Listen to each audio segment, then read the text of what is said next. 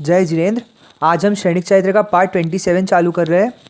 मंगलम भगवान वीरो मंगलम गौतमो गणी मंगलम कुंद कुंदाध्यो जैन धर्मोस्तु मंगलम सर्वमंगल मांगल्यम सर्वकल्याणकारकम प्रधानम सर्वधर्मानम जैनम जयतु शासनम। द्वादश अध्याय। उत्तम ताप में परम धर्म जग विदित अनन्य कहानी, जिसे श्रवण कर मगध राज बन गए धर्म के मानी। पाप निशा को दूर भगाने में जो धर्म अटल हो, नमस्कार मेरा उसको है, भक्ति भाव निश्चल हो। रानी चेलना की चिंता। पूर्व काल में महाराज सैनिक जैन धर्म के संबंध में उपेक्षा का भाव रखते थे। वे समझते थे कि जैन धर्म में कोई तत्व दर्शन नहीं है, किंतु जब से वे जैन धर्म में दीक्षित हो गए, तब से उस धर्म के ऊपर उनकी आगाढ़ श्रद्धा हो गई। उनकी सारी शंकाओं का समाधान हो गया। पूर्ण श्रद्धा के साथ वे जैन धर्म के अनुयायी बन गए। वह राजदंपति भोग विलास करते हुए आनंदमय जीवन व्यतीत करने लगा।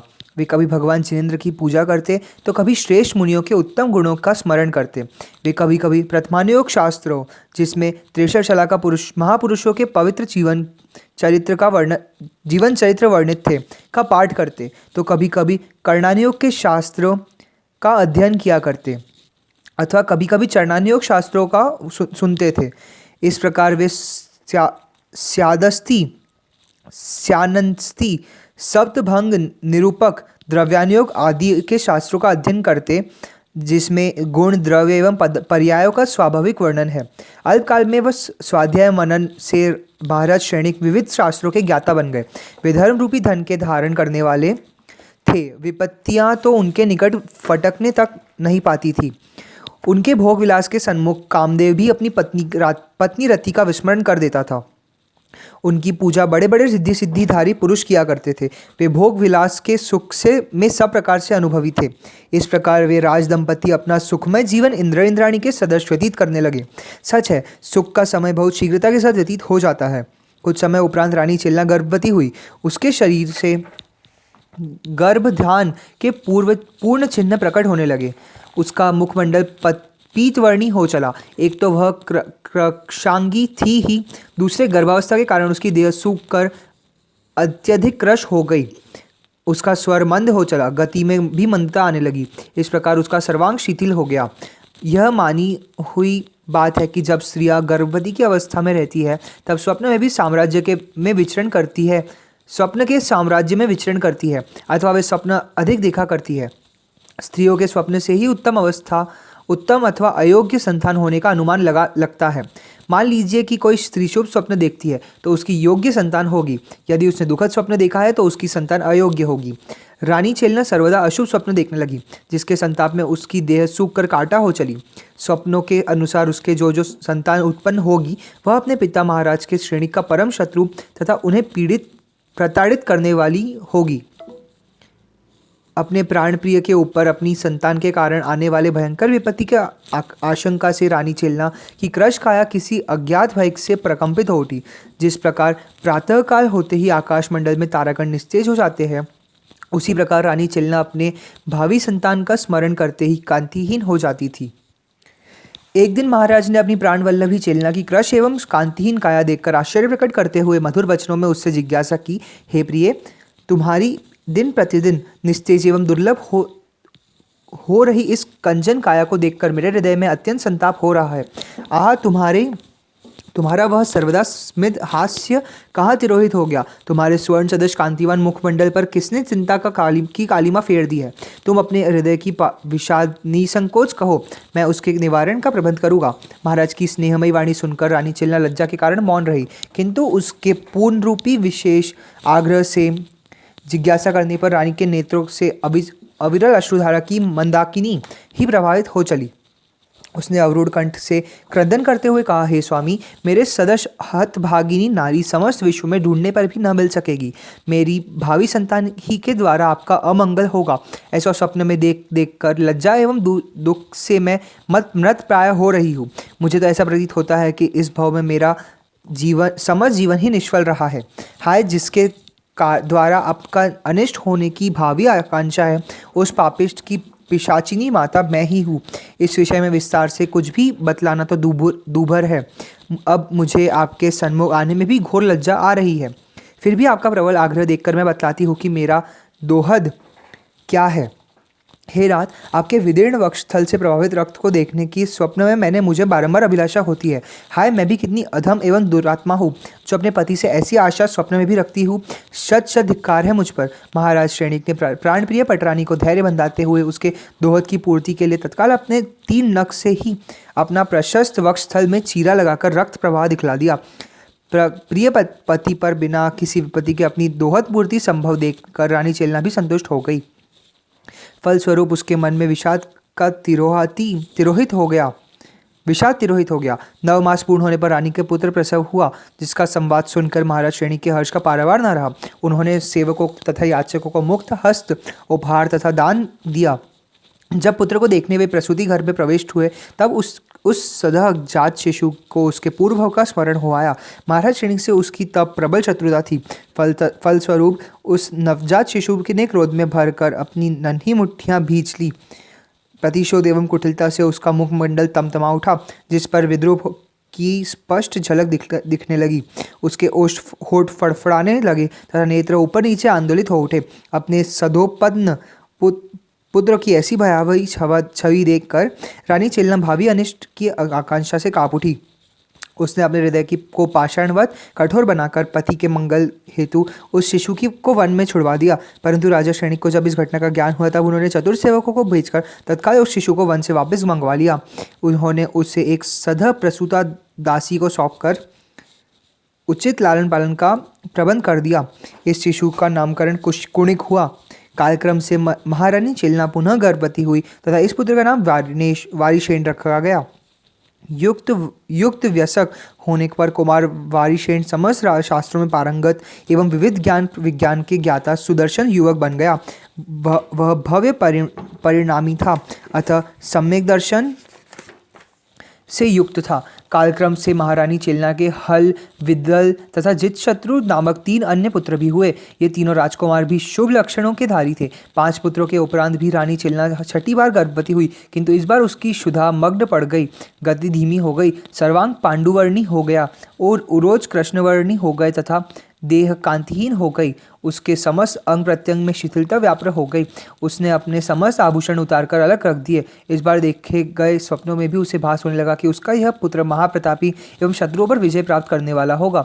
एक रात्रि स्वप्न में रानी चेल्ला ने ग्रीष्म ऋतु में ही हो रही वर्षा में गजारूढ़ होकर चतुर्दिक भ्रमण करना देखा।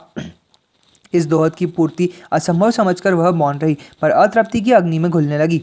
महाराज श्रेणिक ने पुनः रानी को कृशकाय तथा चतुर देखकर उसे अपने मनोवेदना निशंक व्यक्त करने को कहा।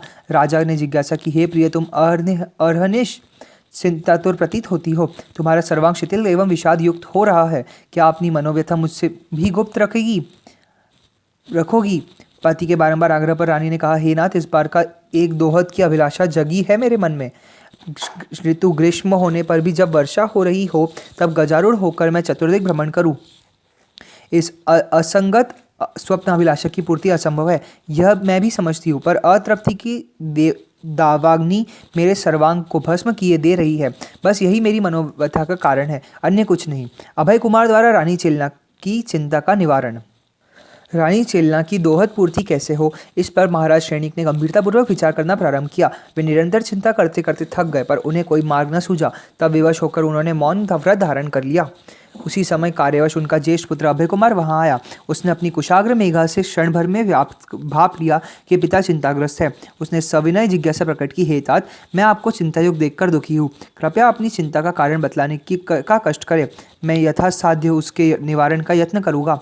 महाराज ने अवरुद्ध कंठ से उत्तर दिया, प्रिय पुत्र अभय, मेरे सामने एक कठिन समस्या उपस्थित हो गई है, जिसका समाधान असंभव सा है। यह कहकर उन्होंने रानी चेलना के दोहद का वर्णन किया। कुमार ने पिता का सांत्वना बंधाते हुए आश्वासन दिया, पिताश्री, आप निश्चिंत रहे, मैं तत्काल आपकी अभिलाषा पूर्ण कर दूंगा। आप सुख से विराजे एवं मुझे प्रयत्न करने की अनुमति प्रदान करें। यह आश्वासन पाकर महाराज श्रेणिक की समस्त मनोव्यथा तिरोहित हो गई, क्योंकि उन्हें अपने प्रिय पुत्र की सर्वतोमुखी प्रतिभा पर अगाध विश्वास था। दूरदृष्टि अभय कुमार को यह निश्चय करने में विलंब नहीं हुआ कि किसी यंत्रदेव की सहायता से ही वी माता रानी चेलना की स्वप्नाभिलाषा की पूर्ति हो सकेगी। वह अर्धरात्रि वेला में अपने महल से निकलकर शमशान भूमि में चला गया। उस समय चतुर्दिक प्रगाढ़ अंधकार से घोर साम्राज्य था। उल्लूकों एवं श्रगालों के विभत्स स्वरों में से शमशान की भयंकरता द्विगुणित हो रही थी। कहीं कहीं विराट काय अजगर विशाल वृक्षों से लटके हुए फुफकार रहे थे। अभय कुमार एक वट वृक्ष की छाया में ठहर गया। उसके समीप ही अर्धदग्ध शवों का भंग मुख यत्र तत्र बिखरे हुए थे। रह रहकर मांसाहारी वनचरों की भयावह गर्जना निर्बल हृदयों को प्रकंपित कर देती थी। स्थान स्थान पर जल रही चिताओं से मांस के जलने से उत्पन्न धुआं सर्व एवं दुर्गंध आ रही थी, जिससे चेतनता विलुप्त हो रही थी। श्वान एवं श्रगालों का झुंड अर्धदग्ध शवों को नोच नोच कर मांस भक्षण कर रहे थे। कभी कभी वे जिह्वालोलुपी परस्पर भी लड़ बैठते थे। शवों से जलने से इतनी राख चारों ओर फैली हुई थी कि मार्ग का पता लगाना भी दुष्कर था। जिधर देखो उधर नर कंकाल पड़े हुए थे। एक तो भयानक शमशान, ऊपर से घोर काली रात। उस घड़ी की प्रचंडता की तो हम केवल कल्पना ही कर भयभीत हो कांप उठते हैं।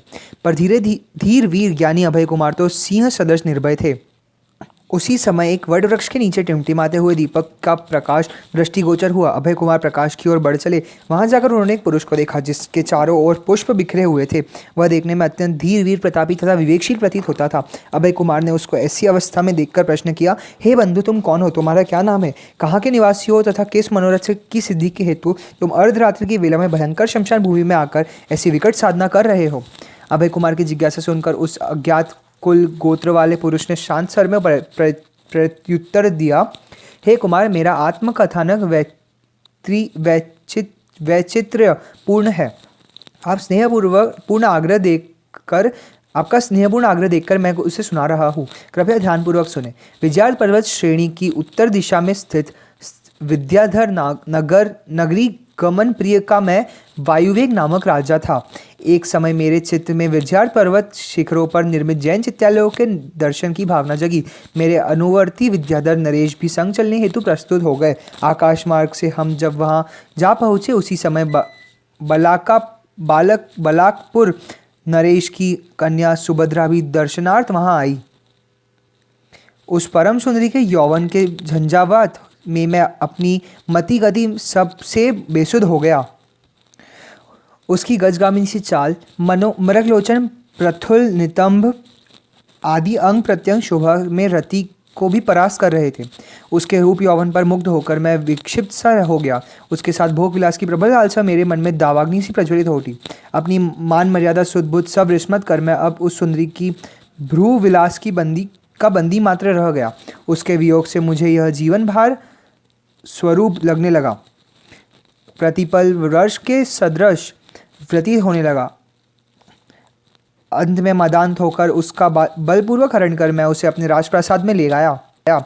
उस समय रूपसी सुभद्रा का सानिध्य प्राप्त कर मैं फूला नहीं समाया। उसके साथ भोग विलास में आकाश निमग्न होकर मैं अपना जन्म सार्थक समझने लगा। सुभद्रा की एक सखी बलाकपुर जाकर उसके पिता से इस अपहरण का सविस्तार वर्णन किया। अपनी कन्या के बालात हरण से शुद्ध होकर पराक्रमी पिता ने विराट सैन्य सहित विमानों द्वारा आकाश मार्ग से प्रस्थान किया। अल्पकाल में ही वे मेरे नगर द्वार पर आ पहुँचे तथा प्रबल आक्रमण द्वारा नगर कोट को भंग करने का प्रयास करने लगे। मैं भी अपनी सेना सहित उनका सामना करने हेतु तत्पर हुआ। उभय पक्ष के सैन्य दल में प्रचंड संग्राम हुआ, परंतु अंत में सुभद्रा के पिता ने अपने विद्याबल से मेरी समस्त विद्या नष्ट कर दी। विद्याहीन होकर मैं भी दीनहीन भूमि गोत्री सदस्य रह गया। प्राणप्रिय सुभद्रा भी मेरे हाथ से निकल गई। विद्या एवं पत्नी के वियोग में व्याकुल होकर मैं यत्र तत्र भटकने लगा। तब पुण्य योग से एक नैमित्तिक ने मुझे पुनः विद्या सिद्धि के लिए 12 वर्ष तक एक मंत्र का जाप करने को कहा, पर ध्यान की एकाग्रता के अभाव में उतने वर्ष तक साधना करने पर भी मुझे विद्या सिद्धि नहीं हुई। इस एकांतवास से अब मेरा चित्त भी उचट गया है, अतः मैं अपने नगर को लौट जाना चाहता हूँ। तब कुमार ने उसे सुझाव दिया, हे मित्र, कृपा कर मुझे वह मंत्र सिखला दो जिसके द्वारा विद्या की सिद्धि होती है। भाग्यहीन विद्याधर नरेश वायुवेग ने तब अब प्रसन्न होकर कुमार को विद्या या साधना का मंत्र सिखला दिया। अपने पूर्व संचित शुभ कर्मों के पुण्योदय से कुमार ने अल्पकाल में ही विद्या साधना में सफलता प्राप्त कर ली। सौभाग्यशाली कुमार के सहयोग में से राजा वायुवेग भी विद्या सिद्धि के मनोरथ में सफलीभूत हुए।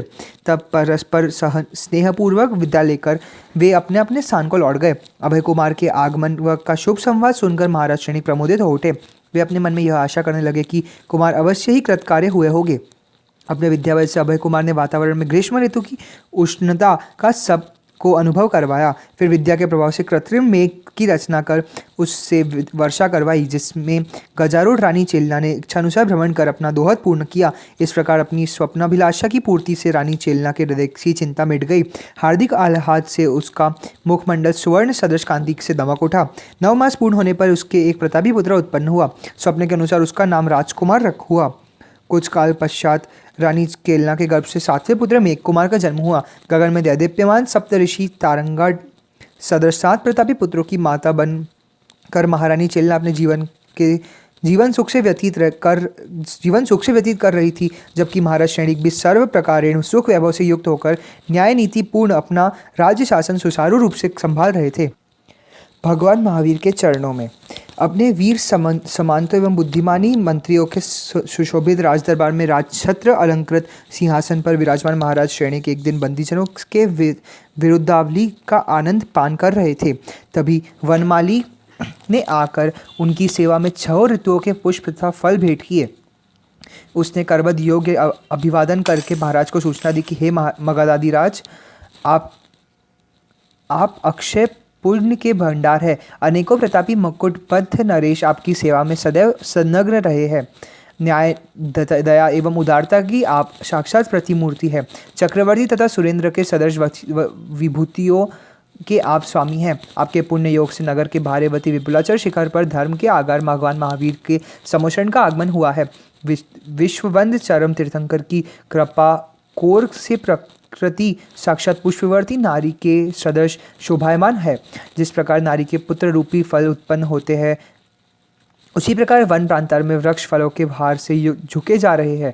जिस प्रकार नारी सुपुष्पा होती है, उसी प्रकार प्रकृति भांति भांति के रंग बिरंगे पुष्पों से पल्लवित हो गई है। जिस प्रकार पूर्ण यौवनवती नारी अपने उन्माद में कामों से पीड़ित होकर मतवाली बन जाती है, उसी प्रकार प्रकृति अपना सुषमा पर उन्मुक्त होकर शस्य श्यामला हो गई है। हे राजन, परम उपकारी तीर्थंकर देव की अनुकंपा से वहाँ के सरोवर की तुलना अब सज्जनवंत से ही की जा सकती है, क्योंकि जिस प्रकार सज्जनों के हृदय में करुणा से अनुप्राणित रहता है, उसी प्रकार वे सरोवर स्वच्छ जल राशि से परिपूर्ण है। जिस प्रकार सज्जनों के का हृदय अष्टदल से पद्म पुष्प के तुल्य होता है, उसी प्रकार सरोवरों के मनोहारी पद्म पुष्प स्वयं दल दल के विकसित हो आए हैं। जिस प्रकार सज्जनों का हृदय पवित्र होता है, उसी प्रकार सरोवर उत्तम, स्वच्छ एवं गहरे हो गए हैं। प्रकृति की तुलना सदैव नारी से ही की गई है। जिस प्रकार नारी सवंशा उत्तम होती है, उसी प्रकार प्रकृति में बांस संवंश का उद्देश्य पूर्ण कर रहे हैं।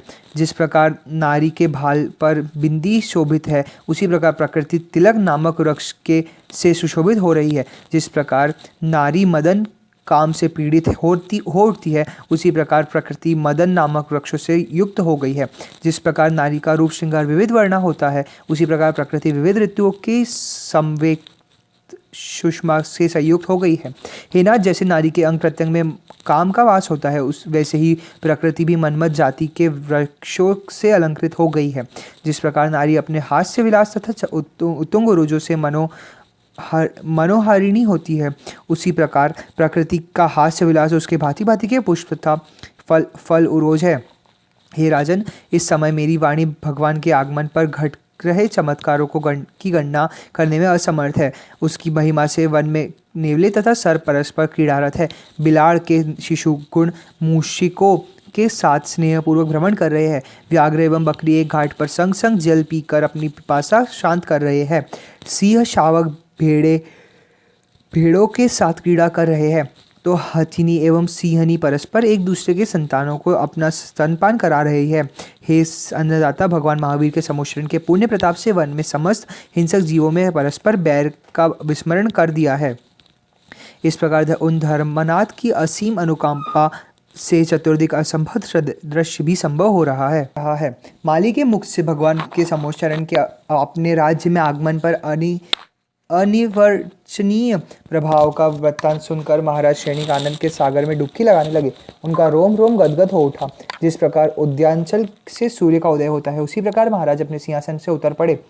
उन्होंने भगवान महावीर के समोच्चरण की दिशा की और 7 बार प्रदक्षिणा देकर भक्ति भाव के साथ नमस्कार किया। उन्होंने अपने धारण किए बहुमूल्य वस्त्राभूषण उसी माली को दे दिए, जिससे भगवान महावीर की यशोगाथा सुनाकर महाराज को भक्ति रस में सरोबार किया था।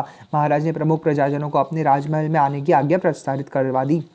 राजगृह के प्रमुख नागरिक महाराज के राजमहल में उपस्थित हो गए। महाराज की अनुमति से सभी अपने अपने समुदाय के साथ विपुल संख्या में उनका अनुगमन करते हुए भगवान के समोच्चरण की ओर अग्रसर हुए। अश्वों एवं गजों के पादाचर से मार्ग की धूली उड़ उड़कर ऊपर उठती थी, किंतु गजों के मध्य जल से शांत हो जाती थी।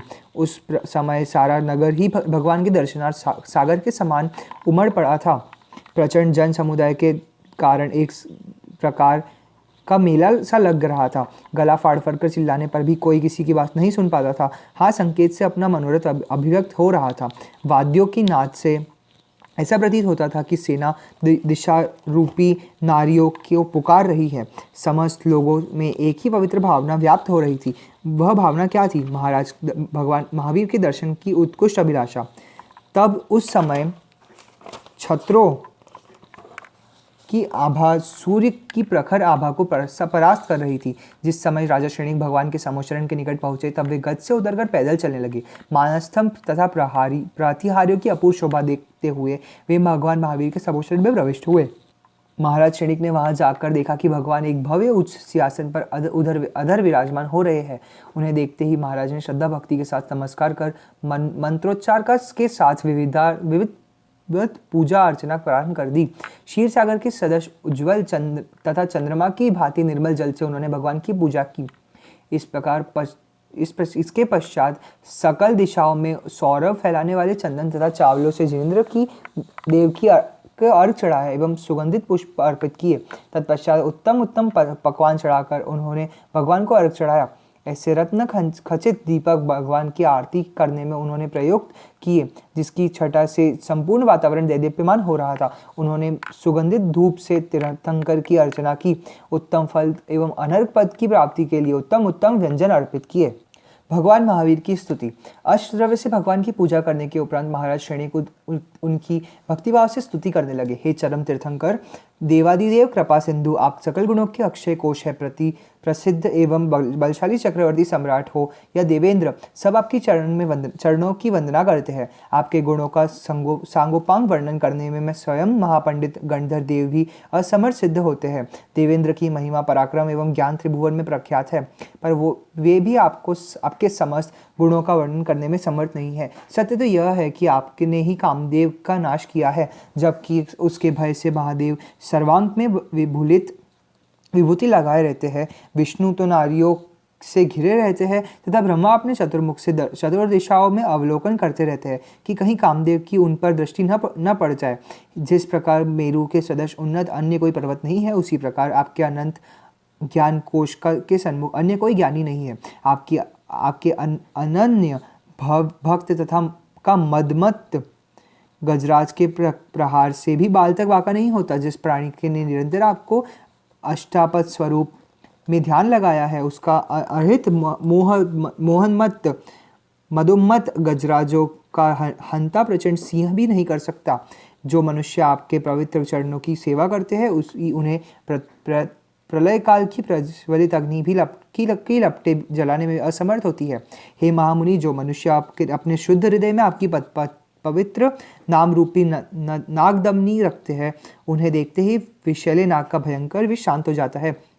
हे कृपा सिंधु, आपके पवित्र चरण जलपोत के सदस्य है। आप में श्रद्धा रखने वाले प्राणी समुद्र को सहज में ही पार कर लेता है। हे जिनेश्वर, जो मनुष्य आपके नाम का कवच अपने देह पर धारण कर किए रहते हैं, वे भयंकर से भयंकर संग्राम में विजय लाभ करते हैं। हे भगवान, आपके नाम रूपी अव्यर्थ महौषधि के प्रताप से कुछ कुष्ठ, जलोदर की सदृश भयंकर रोग भी आक्रांत सहज में ही आरोग्य लाभ करते हैं। हे गुणनिधे, जिन मनुष्यों के हस्त एवं पाद श्रृंखला एवं बेड़ियों से आबद्ध हो रहे हो, वे भी आपके नाम रूपी खड़ग से बंधन मुक्त हो जाते हैं।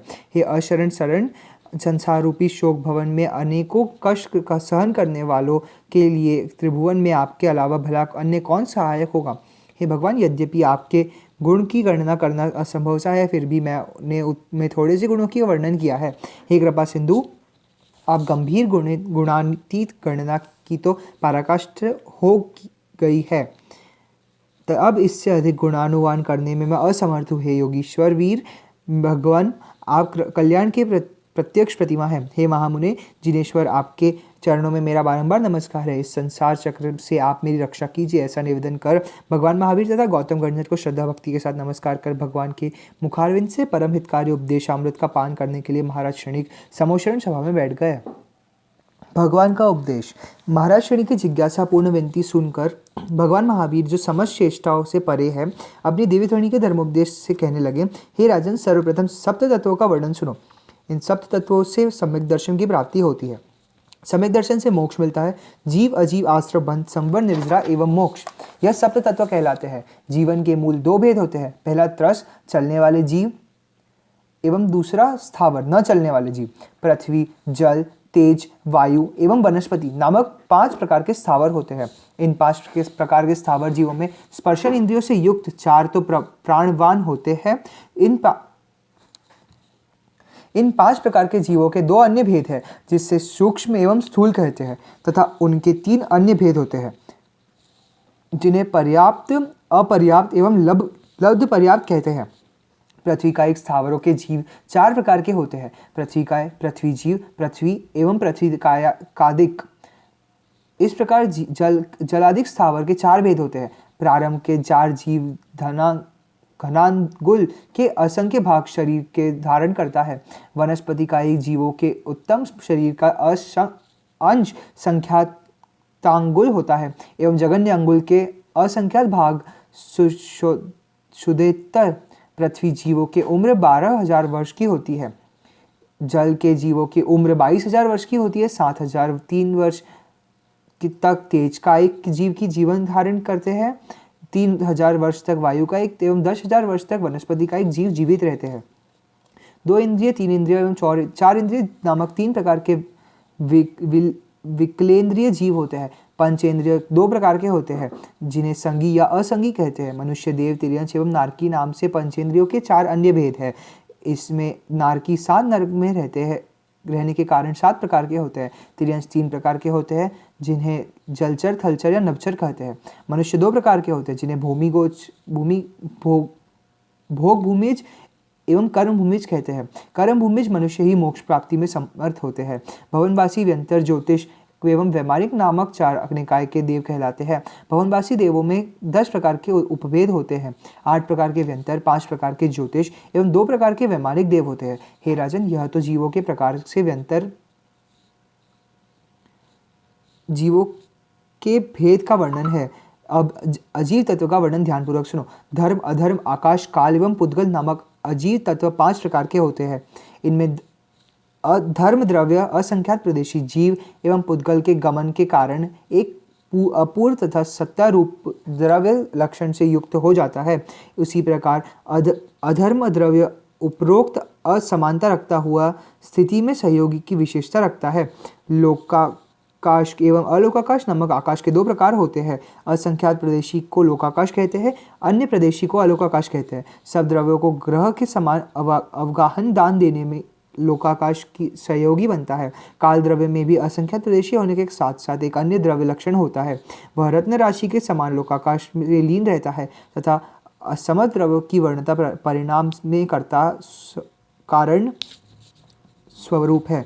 पुद्गल द्रव्य में के अन्य अनंत भेद है, जो कर्म वर्गणा, आहार वर्गणादि है। ये शरीर तथा इंद्रियादि की रचना में सहायक है। द्रव्याश्रव एवं भावाश्रव नामक 2 प्रकार के आश्रव के भेद होते हैं, जिनकी उत्पत्ति मिथ्यात्व, अविरति तथा प्रमाद से होती है। जीव विभाग के भागों को बंध कहते हैं। 4 प्रकार का है।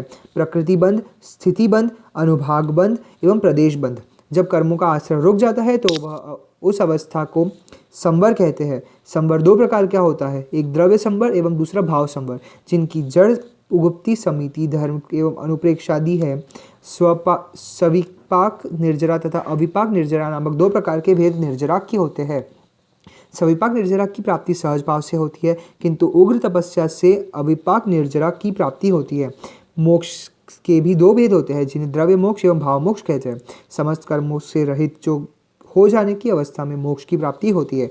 हे मुमुक्षु, यदि सप्त तत्वों के साथ ही पुण्य एवं पाप की गणना की जाए तो यह नव तत्व कहलाते हैं। इस प्रकार परम उपकारी तीर्थंकर भगवान ने श्रावक तथा मुनि धर्म का वर्णन किया। उसके धर्मोपदेश से महाराज शनिक के हृदय में जैन धर्म के प्रति जो भी शंकाएं थी उन सबके का पूर्ण रूपेण समाधान हो गया। महाराज ने गौतम कंदर को नमस्कार कर विनम्र शब्दों में कहा, हे प्रभु, पुराणों की कथाएं श्रवण करने से जैन धर्म के प्रति मेरी श्रद्धा पुष्ट हो गई है। जिस श्रद्धा के कारण संसार में कर्मों का नाश होता है वह भी अब मेरे हृदय में है, किंतु मेरी समझ में अब तक यह नहीं आया कि किस अभिमान से कारण मेरे मन की प्रवृत्ति व्रतादि के पालन की ओर नहीं रहती। मैं प्रार्थना करता हूँ कि आप कृपा कर मेरा यह संशय निवारण कर देवे। महाराज शनिक के विनम्र वचन सुनकर गौतम गणधर ने समझाना प्रारंभ किया, जिस मनुष्य ने अपने जीवन का अधिकांश काल भोगों में व्यतीत किया हो, कि जिसने प्रगाढ़ मिथ्यात्व का अवलंबन लिया हो, जिसने महामुनि की ग्रीवा में नाक डाल दिया हो, इस प्रकार जिसने अपने दुराचरण तथा तीव्र परिग्रह बंध से पहले ही दीर्घ नरकायु का संचय कर लिया हो, भला आपके सदृश उस मनुष्य का मन यदि व्रताचरण में नहीं लगता तो इसमें आश्चर्य की क्या बात है। यह तो यह जो अपने लिए उत्तम गति का पुण्यार्जन संचय करते हैं वे ही व्रतधारी हो पाते हैं, अन्य गतियों में जाने वाले नहीं। हे राजन, संसार में आपकी गणना सर्वश्रेष्ठ नरेशों में है। पवित्र पुराणों के श्रवण से आपका हृदय भी निर्मल हो गया है। सातों प्रकृति के उपशम से आपके औपशमिक सम्यक दर्शन था, अब अंतर्मुहूर्त में शायोपशमिक सम्यक तो की आपने प्राप्ति कर ली है। हे नरनाथ, इस प्रकार इस सम्यक दर्शन का नाश कभी नहीं होता। यह निश्चल तथा उत्तम है। सम्यक दर्शन उसे कहते हैं जिसमें किसी प्रकार के का पूर्वापर विरोधाभास नहीं मिलता, जिसका शास्त्र द्वारा निरूपण हुआ है, जिससे स्वयं जिनेश्वर भगवान ने प्रतिपादित किया है तथा जिसमें सप्त तत्वों का निर्दोष सिद्धांत रहा करता है। हे राजन, बड़ी कठिनाई से उस सम्यक दर्शन की प्राप्ति होती है। सम्यक दर्शन का ही प्रताप है जो संसार में आवागमन रूपी विष वृक्ष को नाश करने में समर्थ होता है। सम्यक दर्शन के समतुल्य संसार में कोई कर्म, सुख अथवा तप अन्य नहीं है। सम्यक दर्शन से रिद्धि सिद्धि की प्राप्ति होती है, उसी के द्वारा स्वर्गों में सुख, अरंध पद तथा अन्य सांसारिक सुखों की प्राप्ति होती है। यह सम्यक दर्शन की ही महिमा है कि जिसके द्वारा भ्रष्ट व्रत भी शुभ बन जाते हैं। उसके अभाव में योगधारियों के सुव्रत भी कुव्रत के रूप धारण कर लेते हैं। हे नरनाथ, आप अब किसी भावना की चिंता न करें। उसी महिमामय समय दर्शन के पुण्य प्रताप से आप भविष्य में आने वाले उत्सर्पणी काल में इस भारत भूमि के पद्मनाभ नामक प्रथम तीर्थंकर होंगे। इसलिए अब आप निर्भय रहे। आप आसन्न भव्य है, आपका शील स्वभाव विनय युक्त है। आप समय दर्शन प्राप्त कर दोष रहित हो गए हैं। इस समय आपके चित्त का झुकाव शील व्रत की ओर है, जिसके द्वारा अन्य व्रतों की रक्षा होती है। हे मगधाधिपति, आपके मन में संसार के भोगों से छुटकारा पाने के लिए तपस्या करने की भावना का उदय हो रहा है। आप धर्मार्थ तथा जिन पुंजादि उत्तम उत्तम कार्यों में अपने धन का सदुपयोग करते हैं। आप साधुओं की सेवा में अपना चित्त लगाते हैं तथा शास्त्रोन्नत विधि से सोतसाह साधुओं की व्यावृत्ति भी करते हैं। कर्म रहित निष्काम जिनेन्द्र भगवान के प्रति आपकी श्रद्धा भक्ति अनिवर्चनीय है। आप शास्त्रों के मर्मज्ञ आचार्यों में भी भक्तिभाव से रहते हैं। षट आवश्यकों में आपकी बुद्धि अपूर्व है। आप जैन मार्ग की प्रभावना द्वारा धर्म की वृद्धि कर रहे हैं। आप जैन धर्म के बालकों में अपना वात्सल्य भाव रखते हैं। अब आप में 16 पवित्र भावनाओं से युक्त तीर्थंकर होने का लक्षण व्याप्त हो गया है। आप मरणोपरांत रत्नप्रभा नामक नरक में जाएंगे। वहाँ मध्यम आयु भोग कर भविष्य की कल्प में चतुर्थ काल में रत्नधामपुर में तीर्थंकर होंगे। गंधर्व देव के हितकारी वचन सुनकर महाराज शनिक ने निवेदन किया, हे प्रभु, अधोगति का प्रियपना का लक्षण कृपया कहिए। तब गौतम गणधर ने काल शुकर की कथा कह सुनाई, जिसने 7वें नरक की आयु का बंद कर फिर उसे कैसे नष्ट किया। महाराज शनिक ने उपरोक्त वर्णन सुनकर श्रद्धा भक्ति से जिनराज के कमल रूपी चरणों में अपना चित्त लगाया। जिसके फलस्वरूप वे अजात शत्रु हो गए। महाराज श्रेणिक ने अपने पाप कर्म के द्वारा उत्पन्न सप्तम नरक की आयु को अपने इन सद्विचारों द्वारा नाश कर दिया तथा भविष्य में मिलने वाली तीर्थंकर प्रकृति का बंध कर अपने हृदय में तीव्र प्रसन्नता का अनुभव किया। धर्म के प्रभाव से भावों में कितना महान परिवर्तन हो गया है। जहाँ सप्तम नरक की उत्कृष्ट स्थिति थी, वहाँ केवल प्रथम नरक की मध्यम स्थिति रह गई। धर्म की महिमा ऐसी ही होती है। धर्म के प्रभाव से सांसारिक जीव कल्याण की प्राप्ति करते हैं, उसी के द्वारा तीर्थंकर पद प्राप्त करते हैं। अतः आवश्यकता यह है कि सभी श्रेष्ठ जन धर्म भावना में श्रद्धा भक्तिपूर्व संलग्न होकर उपरोक्त उत्तम पदों को प्राप्ति करें। अब 13 चैप्टर त्रयोदश अध्याय चालू होगा। यावाणी के ज्ञानते सुजे लोकालोक सोवाणी मस्तक धरो सदा देत हो धोखे जिनवाणी भारती तो जपो दिन ज्योतिरा शरणा गए सो पावे सुख चैन। 9 बार नमक।